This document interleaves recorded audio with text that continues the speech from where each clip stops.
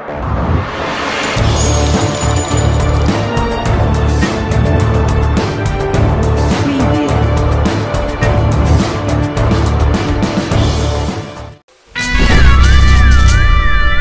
से सोना है,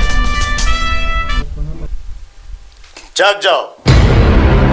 परमपूज्य श्री माताजी निर्मला देवी यांनी 1970 मध्ये सहज योगाची स्थापना केली। मानवी शरीरात सुप्तावस्थेत असलेल्या कुंडलिनी शक्तीला जागृत करून परमात्म्याशी एकरूप होऊन आत्मसाक्षात्काराची प्रचिती घेतली जाते। शरीरात सुप्तावस्थेत असलेल्या कुंडलिनी शक्तीला जागृत केल्यानंतर शरीरातील आत्माची परमात्म्याशी संबंध येतो व आत्मसाक्षात्कार होतो। दररोज ध्यान केल्याने याची प्रचिती येते असे सहज योगात सांगितले आहे।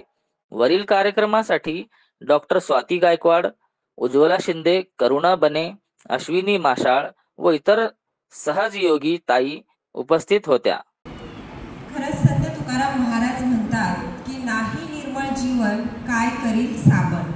म्हणजेच आपली काया आपण कितीही सुंदर ठेवली, त्या शरीरावरती कितीही साबणाचे फेस केले, कितीही सुंदर दिसलो, तरी पण जर मनच निर्मळ नसेल, मनामध्ये घाणेरडे वाईट विचार असतील, तर त्या सुंदर शरीराचा काही उपयोग आहे का? अर्थातच नाही। आणि हे सहयोग केल्यानंतर तुमचे जे विचार आहेत ते विचार सुंदर होणार आहेत, चांगले होणार आहेत आणि म्हणूनच आपल्याला दररोज हे ध्यान करायचं आहे। अतिशय सुंदर आणि सहज पद्धतीने आपण सहजयोगाची माहिती आमच्या विद्यार्थ्यांना दिली, कुंडलिनी शक्तीची जाणीव करून दिली।